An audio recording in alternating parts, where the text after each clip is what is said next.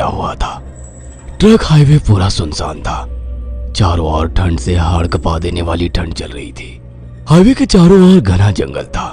उसी हाईवे पर एक मर्सिडीज दौड़ रही थी। उसमें 3 लोग सवार थे, राहुल, निधि और उनकी 10 साल की बेटी तानिया। राहुल अपने दोस्त सैफ के घर ईद की पार्टी में शामिल होने के लिए गया था और पार्टी करके घर लौट रहा था।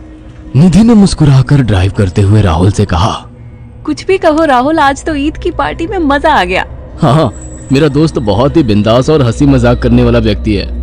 मैंने देखा उसके घर पर शहर की एक से एक बड़ी हस्ती थी, मगर फिर भी वो उन सबको इग्नोर करके हमें इम्पोर्टेंस दे रहा था।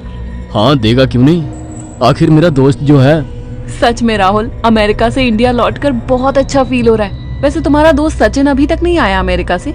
निधि की बात सुनकर राहुल चौंक कर बोला, ओह शिट यार, उसका फोन आया था कि वो इंडिया आ रहा है। उसने बोला था कि मुझे एयरपोर्ट पर पिक कर ले।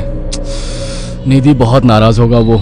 कोई बात नहीं, उससे बोल देना कि तुम्हें बिल्कुल याद नहीं रहा और फिर तुम्हें सैफ की इनवाइट की हुई ईद पार्टी में भी तो शामिल होना था। निधि ने इतना बोला ही था कि उसकी बेटी तानिया ने अपनी माँ की ओर देखकर कहा, मुझे भूख लगी है माँ, और प्यास भी। तानिया की बात पर निधि ने बुरा सा मुंह बनाकर उसकी ओर देखकर कहा, पार्टी में तो इतना खाया था तुमने, फिर भी भूख लगी है। निधि की बात पर तानिया ने मासूम सा चेहरा बनाकर कहा, कोई बात नहीं मम्मी, मुझे पानी ही पिला दीजिए। कितनी बार बोला है मुझे मम्मी मत बोला करो। पानी अभी नहीं है, आगे जाकर कोई शॉप पड़ेगी तो बोतल खरीद के दे दूंगी। निधि की बात पर राहुल ने मुस्कुराकर कहा, छोटी बच्ची है निधि, इतना नाराज होना सही नहीं है। राहुल ने इतना कहा ही था कि अचानक एक काली परछाई राहुल की कार के सामने आकर खड़ी हो गई। राहुल के पैर अचानक ब्रेक पर पड़ गए। गाड़ी तेज रफ्तार में थी। ब्रेक अचानक लगने से पलटते पलटते बाल बाल बची थी। राहुल के चेहरे पर भयानक ठंडी में भी पसीने की बूंद टपकने लगी। वो दोनों कार से बाहर निकल आए। निधि ने डरते हुए कहा, आखिर कौन था ये? ऐसा लगा जैसे कि कोई भयानक काली परछाई मेरे कार के सामने आकर खड़ी हो गई हो। वह दोनों काली रात के सन्नाटे में इधर उधर देखने लगे। तभी निधि को एक घने पेड़ के पास दो चमकीली हुई आंखें दिखाई दी। उसकी आंखें बिल्कुल भेड़ियों की तरह लग रही थी। निधि ने चीखते हुए राहुल से कहा, राहुल देखो कौन है वो, जल्दी से गाड़ी में बैठो, मुझे बहुत डर लग रहा है। राहुल ने उस तरफ देखा तो उसके रोंगटे खड़े हो गए। वो दोनों गाड़ी के अंदर बैठने ही वाले थे कि अचानक एक अजीब सा चेहरा वाला भयानक सा आदमी बिजली की रफ्तार से उनके सामने आकर खड़ा हो गया। राहुल ने देखा कि उसका चेहरा बिल्कुल सड़ा हुआ था और उसकी आंखें भेड़िए की तरह चमक रही थी। उसके लंबे लंबे बाल उसके कंधे तक आ रहे थे और उसके दांत भेड़िए की तरह बाहर की ओर निकल रहे थे। हाथों की जगह नुकीले पंजे थे। राहुल को देखकर अजीब से अंदाज में हंसने लगा, मगर जैसे ही राहुल की नजर उसके कपड़ों पर गई, राहुल की आंखें फटी की फटी रह गई। वो हकलाते हुए बोला, भाईजान, भाईजान, मुझे माफ कर दो, मुझे छोड़ दो।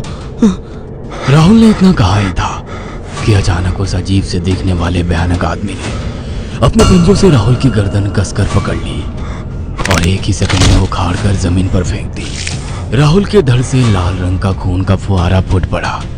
इस भयानक मंजर को देखकर निधि के गले से एक जोरदार चीख निकल गई। निधि इससे पहले भागती कि अचानक उस भयानक दिखने वाले आदमी ने निधि को पकड़ लिया और अपने नुकीले पंजे उसके पेट में गड़ा दिए और उसकी अतड़ियां बाहर निकाल दी।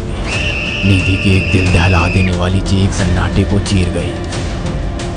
अचानक हवा का एक बवंडर उठा और वो भयानक सा दिखने वाला व्यक्ति देखते ही देखते बवंडर के साथ गायब हो गया। तानिया ने डरते डरते निधि के मोबाइल से पुलिस और सैफ को बुला लिया और कुछ ही देर में वहां चारों ओर पुलिस की गाड़ियां थी। पुलिस ने राहुल के दोनों दोस्त सैफ और सचिन को वहीं बुला लिया। इंस्पेक्टर अर्जुन ने दोनों से कहा, मैंने ऐसी हत्याएं अपने करियर में कभी पहले नहीं देखी। ये काम तो ना किसी जानवर का लगता है, ना ही किसी इंसान का। सचिन कपकपाती हुई आवाज में बोला, आप कहना क्या चाहते हैं? कुछ कह नहीं सकता। जिस किसी ने भी इन दोनों को मारा है उससे एक बात तो साबित होती है कि वो इन दोनों से हद से ज्यादा नफरत करता था। अब सारी सच्चाई तो ये बच्ची ही बता सकती है। इतना बोलकर इंस्पेक्टर अर्जुन तानिया के पास चला गया, जो बेहद डरी हुई थी।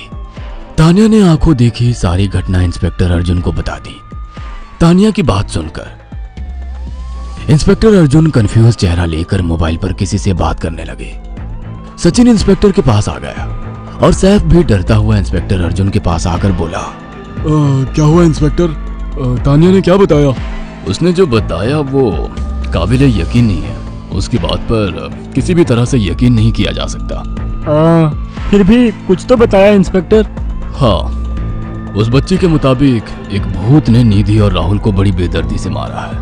इंस्पेक्टर की बात सुनकर दोनों पूरी तरह से चौंक गए। क्या मतलब है इस बात का? बच्ची बेहद डरी हुई है।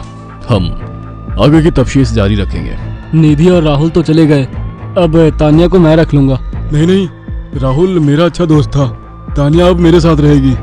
देखिए, बच्ची के माँ बाप अब इस दुनिया में नहीं है और आप दोनों भी शादीशुदा है। मुझे नहीं लगता कि आप दोनों बच्ची की सही से देखभाल कर सकते हैं। मेरी कोई औलाद नहीं है। मैंने अपनी पत्नी को फोन कर दिया है, वो भी IPS ऑफिसर है। ये बच्ची आज से मेरे साथ रहेगी। उसका मासूम चेहरा मेरे दिल में उतर गया है। अब तुम दोनों जा सकते हो। पूछताछ के लिए मैं जब भी तुम्हें बुलाऊं तुम दोनों आ जाना। इंस्पेक्टर ने ये बात बोली ही थी कि अचानक वहां पर मौसम बदल गया। चारों ओर काली घटाएं छा गई और एक भयानक बवंडर उठा और देखते ही देखते सब पुलिस वालों के सामने वो भयानक चेहरे वाला आकार सबके सामने खड़ा हो गया। उसको देखकर सबके रोंगटे खड़े हो गए। देखते ही देखते उसने अपने भयानक पंजे सैफ की आंखों में डालकर उसकी आंखें निकाल ली। सैफ ने चीखते हुए वहीं दम तोड़ दिया। उस भयानक आदमी को देखकर सचिन उसके पैरों पर गिर गया। तुम तो भाईजान से कपड़े पहने हो। मैं समझ गया, तुम भाईजान हो। मुझे माफ कर दो भाईजान, मुझे यहाँ से जाने दो। मैंने कुछ नहीं किया था। वह भयानक चेहरे वाला गुर्राते हुए बोला, बता इन सबको कि ये सब इतनी भयानक मौत क्यों मरे। सचिन दौड़ता हुआ इंस्पेक्टर अर्जुन के पास गया और बोला, मैं जानता हूँ इसने इन तीनों को क्यों मारा। इसका नाम भाईजान था। जब ये जिंदा था ये किसी का भाई किसी की जान था। बहुत साल पहले ये हम सबका बहुत अच्छा गहरा दोस्त और बिजनेस पार्टनर था। ये सबकी बहुत मदद किया करता था। इसकी प्यारी सी बेटी थी तानिया, जो इस वक्त कार के अंदर बैठी हुई है। ये इसी की बेटी है। भाईजान अपने सारे पैसों से एक बहुत बड़ा हॉस्पिटल खोलना चाहता था जिससे गरीबों का मुफ्त इलाज किया जा सके, मगर हम तीनों इसके लिए तैयार नहीं थे। हमारी नीयत उसकी दौलत पर खराब थी और एक दिन हम सब धोखे से ईद के दिन भाईजान को यहाँ ले आए और इसे मारकर फेंक दिया। तो फिर तुम सबने इसकी बेटी को क्यों जिंदा छोड़ दिया? हमें बाद में पता लगा कि भाईजान ने सारी जायदाद अपनी बेटी के नाम कर दी है, इसीलिए हमने भाईजान की पत्नी को भी मार दिया। और तानिया का तुम 18 साल की उम्र पूरी करने का इंतजार कर रहे थे ताकि सारी जायदाद अपने नाम करा सको और बाद में उसे भी ठिकाने लगा सको। इसी के लिए तुम दोनों इस मासूम बच्ची को अपने साथ रखने की जिद कर रहे थे। जी, आपने बिल्कुल सही कहा। हम तानिया को भी इसी जगह लाकर मार देते। सचिन की बात सुनकर इंस्पेक्टर अर्जुन की आंखों में खून उतर आया। इंस्पेक्टर अर्जुन के कुछ कहने से पहले ही भाईजान बिजली की रफ्तार से इंस्पेक्टर अर्जुन की आंखों के सामने से सचिन को पकड़कर ले गया और उसके शरीर के टुकड़े टुकड़े कर दिए और हवा में उठे एक तेज बवंडर के साथ गायब हो गया। सारी घटना इंस्पेक्टर अर्जुन की आंखों के सामने हुई थी। तानिया को इंस्पेक्टर अर्जुन और उसकी पत्नी ने अपनी बेटी की तरह पाला। अगर आपको हमारी ये कहानी पसंद आई हो तो इसे लाइक और शेयर करना ना भूलें।